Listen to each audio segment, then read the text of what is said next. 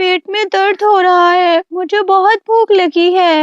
हाँ मम्मा, बहुत ज्यादा भूख लगी है, मैंने तो कल से कुछ नहीं खाया, क्या आज नहीं मिलेगा? नहीं मेरे बच्चों, माँ तुम्हें भूखा नहीं सोने देगी। मैं अभी जाती हूँ और आप लोगों के लिए कुछ लेकर आती हूँ। कालू जी, भूख से जान निकल रही है, बहुत भूख लगी है, मुझे कुछ खाने को ला कर दो। देखो गौरी, ये बात हमारे बीच तय हुई थी, हम मेहनत नहीं करेंगे, जंगल का कानून सुना है ना, जो कमजोर उसका माल हमारा। मगर कालू जी, अब तो कमजोर के पास भी दाना नहीं, हम भूखे मर जाएंगे, नहीं तो मैं अपने मायके चली जाऊंगी। दोनों कौवे दूसरों के खाने की तरफ नजरें गाड़े बैठे थे। रानो चिड़िया दाना लेने के लिए अपने घर से चली जाती है। वो नदी के पास उदास बैठी हुई थी कि तभी उसको नदी के पानी से तैरता हुआ मीठा फल दिखाई देता है। हे मीठे फल, मैं जानती हूँ तुम मुझसे बहुत दूर है, मेरे पास आ जाओ ना, मेरे पास आ जाओ, मेरे बच्चे बहुत भूखे हैं। वो मीठा फल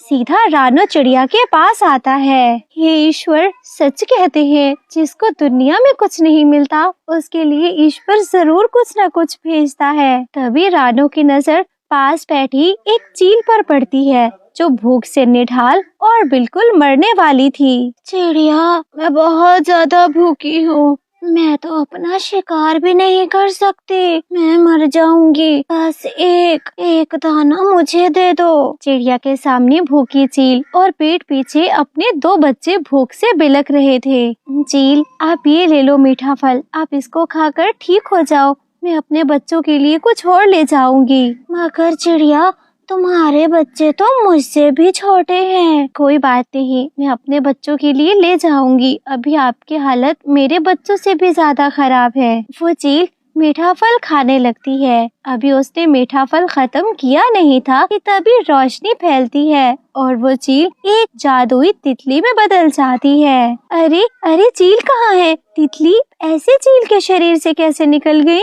देखो चिड़िया, मैं तो जादुई तितली हूँ, मैं तो परीक्षा ले रही थी, ऐसी भूख में तुम किसका साथ देती हो, बच्चे या दुख में फंसे हुए पक्षी? देखो तितली, मेरे बच्चे बहुत भूखे हैं, मेरे अंदर में दया तो है, पर मेरे बच्चे, मैं उनके लिए क्या लेकर जाऊंगी? अरे चिड़िया, तुम चिंता मत करो, ये देखो, ये बेल आज से तुम्हारी है, इस बेल को जादुई बेल का नाम देना। मैं इस बेल का क्या करूंगी तितली? तुम इस बेल से अपने सच्चे और अच्छे दिल से ममता का प्यार लेकर कुछ भी मांगोगी, तुमको मिलेगा। क्या मैं इससे मीठा फल मांग सकती हूँ? हाँ, तुम अपने बच्चों के लिए मनचाही चीजें मांग सकती हो, पर याद रहे मन सच्चा हो। रानो खुश हो जाती है और वो जादुई बेल लेकर अपने घर चली जाती है। माँ, आप कुछ नहीं लेकर आई, माँ हमें बहुत भूख लगी है। मुझे पता था मम्मा, आप नहीं लेकर आओगी, आज भी बहुत सूखा था जंगल में। नहीं मेरे बच्चों, मैं तुम्हारे लिए बहुत अच्छी चीज लेकर आई हूँ, आप अपनी आंखें बंद करो। बच्चों ने जल्दी से आंखें बंद की। जादुई बेल सुन ले पुकार, माँ का प्यार बन जाए उपहार, छोटा सा फल मिठास से भरा, मेरे बच्चों का पेट भर दे जरा। तभी बेल से रोशनी निकली और उस बेल पर सुंदर सुंदर से मीठे फल लग गए। याहू, मेरी मम्मा ने तो मीठे फल की बेल बना दी, चलो कुक्कू भाई, हम पेट भर कर खाते हैं। उन मीठे फलों की खुशबू घर से बाहर जा रही थी। कुछ गरीब पक्षी घर के बाहर आकर बैठ जाते हैं। रानो बहन, हरियाली बहुत भूखी है, हमें कुछ खाने को दे दो।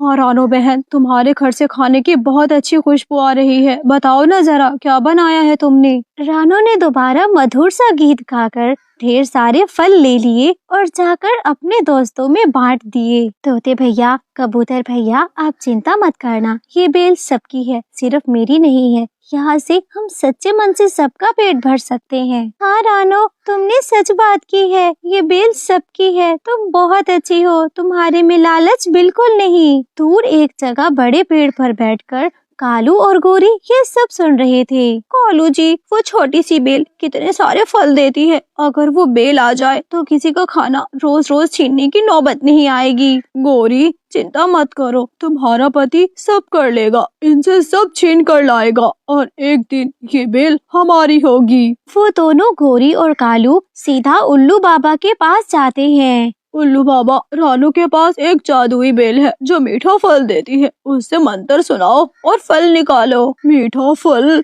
वो भी बिना मेहनत के। ओहो, अब तो वो बेल मेरी होगी। उल्लू बाबा बहुत जालिम था। वो सीधा उड़ते हुए चिड़िया के घर के अंदर घुस जाता है। उल्लू बाबा, मेरे बच्चे डर जाएंगे, वो आपका नाम सुनकर डरते हैं, धीरे से बोलिए। रानो, बेल दे दो, चला जाऊंगा। याद रहे, इस बेल पर सिर्फ हक मेरा रहेगा। अगर बेल नहीं दोगी तो तुम और तुम्हारे बच्चों को मैं मार डालूंगा। ये बेल आपको फल नहीं देगी, ये माँ को ममता का प्यार और सच्ची नीयत से फल देती है। मगर उल्लू वो बेल लेकर वहाँ से चला गया। अपनी गुफा के बाहर बैठकर उल्लू, कालू, गोरी ये उस बेल से मांगने लगते हैं। बेल बेल, मुझे मीठा फल दे दो। बेल बेल, मुझे मोटरसाइकिल दे दो। और हाँ बेल, मुझे पूरे मीठे फलों का बागीचा दे दो। तभी बेल पर छोटे छोटे मीठे फल लग जाते हैं। कालू जी, फल लग गए, मैं तो पेट भर कर खाऊंगी। अपने अपने फल लेकर वो भी खाने वाले थे। जैसे ही चोंच लगाई कि तभी वो फल एक बॉम्ब ब्लास्ट की तरह फट पड़े। वो सभी, कालू, गोरी, उल्लू आधे आधे जल गए थे। हाय कौवे, मैं तुमको नहीं छोड़ूंगा। तुम्हारी वजह से मेरे साथ ऐसा हुआ है। अरे, मैं तुमको नहीं छोड़ूंगा। कालू जी, मेरा मुंह जल गया। कितना सुंदर सा मुंह था मेरा, देखो तो सही। हाँ गोरी, मेरे पूरे पंख जल गए। कितने अच्छे पंख थे मेरे। तभी वो जादुई बेल भी धीरे धीरे से सिकुड़कर एकदम काली हो जाती है। वो सभी लालची पक्षी सब कुछ वहीं छोड़कर भाग जाते हैं। माँ, माँ भूख लग रही है, हमारी बेल तो वो ले गए ना। हाँ माँ, मैं भूख से मर जाऊंगा। लगता है फिर से किस्मत में सूखा आ गया। नहीं मेरे बच्चों, आपकी माँ उम्मीद के साथ है। देखो, रानो आंखें बंद करके फिर से गाती है। बेल मेरी बेल, सुन ले पुकार, माँ का प्यार बन जाए उपहार। छोटा सा फल मिठास से भरा, मेरे बच्चों का पेट भर दे जरा। तभी जादुई शक्तियों से वो बेल वहाँ पर प्रकट होती है। उस पर मीठे मीठे फल लगे हुए थे। तभी रानो और बच्चे खुशी से झूम उठते हैं। खा मेरे बच्चों, मैं मन की सच्ची हूँ, मैं अपने बच्चों के लिए मांगती हूँ खाना और मुझे जरूर मिलता है। ऐसे रानो के पास से वो बेल कोई नहीं छीन पाता। रानो अपनी माँ के ममता और अपने मन की सच्चाई से अपने बच्चों के लिए मीठे फल रोज रोज लेती थी। प्यारे दोस्तों, इस कहानी को लाइक करना, चैनल को सब्सक्राइब करना मत भूलना। आपका धन्यवाद।